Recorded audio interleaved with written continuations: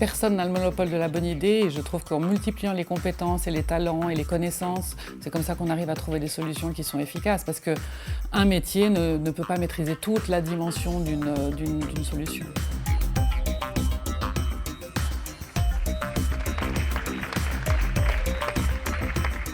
Pour les HUG, l'innovation qui se passe dans le domaine de la santé, il est indispensable de pouvoir être non seulement à la page, mais en avance.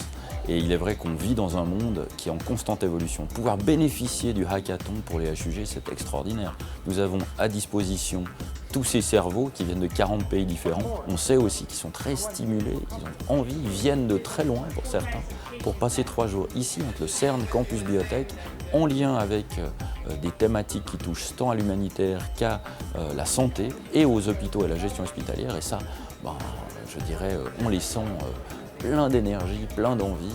Et c'est vraiment aussi cette jeunesse multiculturelle qui fait la force de Genève.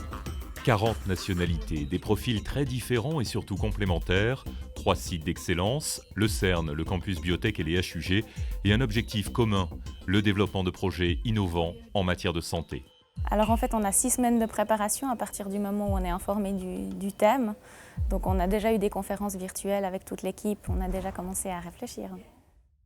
On prend des risques conceptuels, de design, etc. Et donc à la fin des 3 jours, on s'attend quand même à des surprises. Certaines équipes ont passé 3 jours passionnantes et ça finira là. D'autres, c'est peut-être le début d'un autre voyage plus grand qui c'est vers une entreprise, vers un ONG. Il y a toutes sortes de débouchés pour ce genre d'activité. Et puis surtout, ce qui est intéressant, c'est que voilà, il y a des gens de tous les métiers qui se retrouvent et puis qui se passionnent pour faire ça de manière un petit peu condensée, intensive. Ça ajoute probablement quelque chose en termes d'adrénaline. C'est extraordinaire et c'est vrai que la comparaison entre l'urgence dans laquelle on travaille à l'hôpital parfois et l'urgence dans laquelle ils travaillent ici pour trouver des solutions, je trouve qu'il y a pas mal de similarités. Ce hackathon 2015 est une opportunité réelle pour les HUG qui s'inscrivent dans une perspective d'innovation sur de nombreux sujets. Au centre de ces préoccupations, la place du patient dans un centre hospitalier universitaire d'excellence, une place qui change et qui grandit au travers des nouvelles technologies et d'une relation patient-soignant sans cesse renforcée. Pour les hôpitaux universitaires de Genève, c'est central maintenant avec le projet de l'innovation. Le mot d'ordre, c'est de mettre le patient au centre. Et puis oui, je pense que c'est vers là qu'on se dirige. C'est effectivement, si on en parle aussi ici dans un week-end de l'innovation, c'est qu'on pense vraiment que c'est le futur.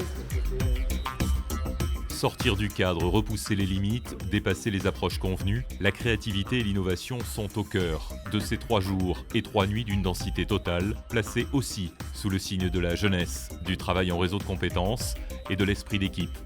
Un terrain favorable à l'innovation qui fait sens, capable de se décliner ici comme ailleurs, pour imaginer ce qui n'existe pas encore et qui pourrait s'imposer demain comme une évidence dans la plupart des lieux de soins dans le monde.